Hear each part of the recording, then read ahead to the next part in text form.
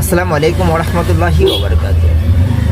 সম্প্রতি গতকালকে জনাব তারেক রহমান দেশে স্বদেশ প্রত্যাবর্তন করেছে এবং লাখ লাখ লোক হয়েছে সেখানে।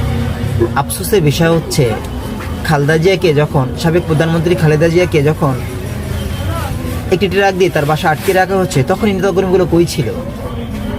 আফসোসের বিষয় হচ্ছে তখন এই নেতাকর্মীগুলো যদি এসে একটু প্রস্রাব করে দিতেন তাহলে মনে হয় ট্রাকগুলো ভেসে যেত।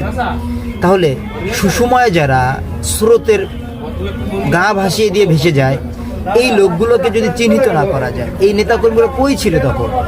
এত পদপদবি, এত আয়োজন, এত আন্দোলন এমপি হওয়ার জন্য যখন খালেদা জিয়াকে ট্রাক দিয়ে আটকে রাখা হয়েছিল তখন এই এমপিগুলো কই ছিল? তাদের জনগণগুলো কই ছিল? আজকে এমপি পাওয়ার জন্য তারা আগুন লাগাচ্ছে রাস্তায়, এই লোকগুলো কই ছিল তখন?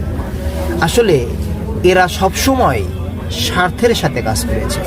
শহীদ প্রেসিডেন্ট জিয়াউর রহমান দেশকে যেভাবে ভালোবেসেছেন, সার্বভৌমত্ব যেভাবে ভালোবেসেছেন, ভারতের আধিপত্য থেকে যেভাবে দেশটাকে রক্ষা করার চেষ্টা করেছেন, সেম একইভাবে কাজ করেছেন আপসীর নেত্রী দেশনেত্রী বেগম খালেদা জিয়া।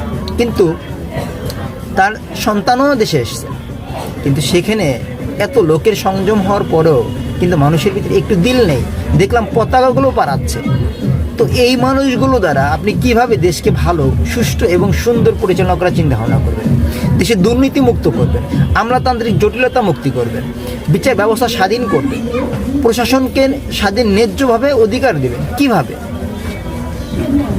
তো এই দেশের এই পরিস্থিতি থেকে মুক্তি পাওয়ার জন্য শহীদ বীর শরীফ ওসমান হাদি রহিমাউল্লাহ যুদ্ধ করেছেন, তার জীবন বিলিয়ে দিয়েছেন, তিনি শহীদ হয়েছেন।